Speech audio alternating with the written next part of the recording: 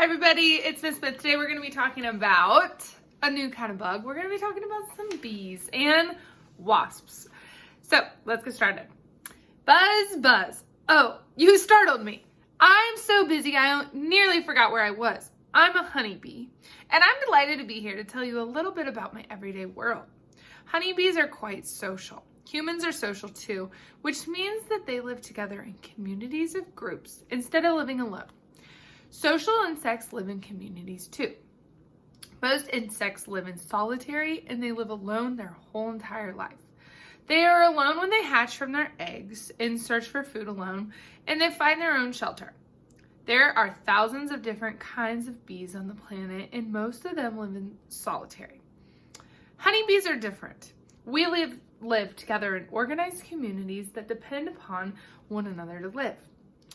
We gather and share food, we build nests and cooperate, which means we work together to raise our young and protect one another from enemies. So it's kind of like they have a really, really big group of them. Honeybee communities are called colonies. Our colony is made up of 20,000 or more bees. We like to make our nests in beehives in dark places. That's why you see pictures of us buzzing around the trunks of hollow trees. People use beehive boxes to raise honeybees for honey. Perhaps you've seen these boxes in a field, orchard, or backyard.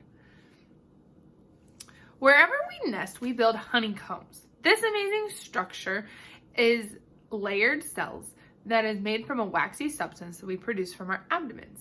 Can you spot a pattern on the cells in this honeycomb? They are all six-sided. What purpose do all of these cells serve?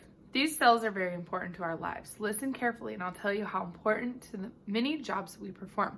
Remember, I told you we're very social insects and very busy. There is lots of work to be done, and each bee colony has its own job to do. So it's kind of like how we're out here in the world and you see all these adults doing different jobs. Just like them, or just like us, the bees, they all have specific jobs too. So they all are in charge of something to do. I think I lost my spot. Okay, every honeybee colony has a mother called the queen bee. The queen is always the largest bee in the hive, and she only has one job to do. She must lay eggs, lots and lots of eggs. She must produce more queens for her other hives and make sure there is enough worker bees to do the work in her own hive. The queen bee flies from nest to nest to mate with the male bees called drones. Once a drone has mated with the queen bee, it has done his job and it dies. Drones cannot sting because they don't have stingers. When the queen returns, she lays her eggs, sometimes more than 1,000 eggs a day. Where do you think she lays all of these? She returns to the comb to lay them in their cells. The queen then pushes tiny eggs, no bigger than a pinhead, from her abdomen into the waxy cell of the honeycomb, one egg to each cell. In just a few days, eggs hatch. The larvae get fed pollen by one of the hive's female worker bees. The larvae grow and eventually spin silky cocoons. Worker bees quickly seal over the small waxy cells of honeycomb, protecting the developing pupa inside each cocoon. Does this sound familiar? It should. The bees are undergoing a change. When they emerge from their cocoons, they need to chew their way out of their cells, emerging as a full-grown adult. Most of the new adults are female worker bees. They only live for a few months and they spend their whole life working hard to keep the hive running well. They keep the hive clean. They serve as nurse bees, tending to the larvae. They make new cells, repair old ones, and they store nectar and pollen and bring back others to the hive.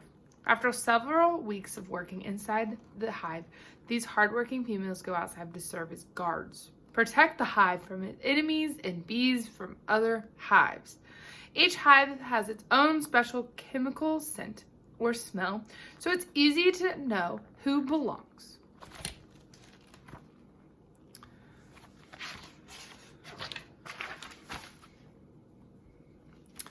Near the end of her life, a worker bee becomes a forager bee collecting a sweet juice from flowers. This juice and nectar is used to make honey.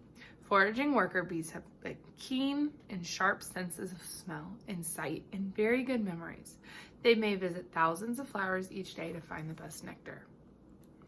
When the bee discovers a particularly good source of nectar, it returns to the hive to share its information. First, it lets the other foragers smell the pollen so they know what type of flower. Then it performs a complicated special waggle dance. As it circles in a pattern like a figure 8, it wags its abdomen and moves through the middle of its dance. It repeats it over and over again to let the other bees know where to find it. While moving from flower to flower, worker bees rub against a yellow powder called pollen. Honeybees will pack their pollen into baskets on the hairs of their hind legs and carry it with them. Pollen is used to feed the larvae, but the pollen is important stuff for another reason. Plants need pollen from other plants in order to make new seeds. This is called pollination. Honeybees are important because they carry the pollen between flowers of the same species or kind. I'd like to introduce you to a relative of mine. This is a paper wasp. Look closely at its body next to mine. What do we have in common? We each have a head. We have a thorax with 6 legs, an abdomen, an exoskeleton, and wings. And this particular wasp, the paper wasp, is a social insect just like me. Some wasps are solitary, but the black and gold ones nearly always live in societies and groups. Like honeybees, wasps live in large groups. Yes, wasps live in colonies. A colony has a leader, a female wasp who is bigger than all of the other wasps, who spends her time laying. Sound familiar? She is called the queen. Like honeybees, wasps build nests. They build them in different places, usually in hidden, difficult to see places that are protected from rain and bad weather. Wasp nests have very different look than beehives on the outside, but their paper-like structure are similar on the outside. We'll take a look at how the paper wasps build their nests. The process begins with the queen. She finds plant fibers and dried grass of old boards, fence posts, and pulls them apart with her strong jaw. She softens the pieces with saliva inside her mouth and chews them up. Then into a paste that feels like a paper. She then sticks a dab of paste to whatever surface she has chosen from her nest. The queen adds a tough stem to support the whole nest and begins attaching cone-like chambers to it. The cluster of the 6-sided chambers opens downward to keep the rain out. As the queen forms each chamber, she deposits an egg in each one. So just like the honeycombs, she sticks an egg in each one of the little compartments. By summer's end, many workers have died. There's often 250 more cells inside the wasp papery nest. The wasps that do emerge at the end of summer are no longer female worker wasps. Instead, they are the new queens and males. The new queens find shelter in protected places, in attic walls, inside logs, under bushes, where they hibernate all winter. When spring comes, the new queens come out hiding and begin building nests and colonies of wasps.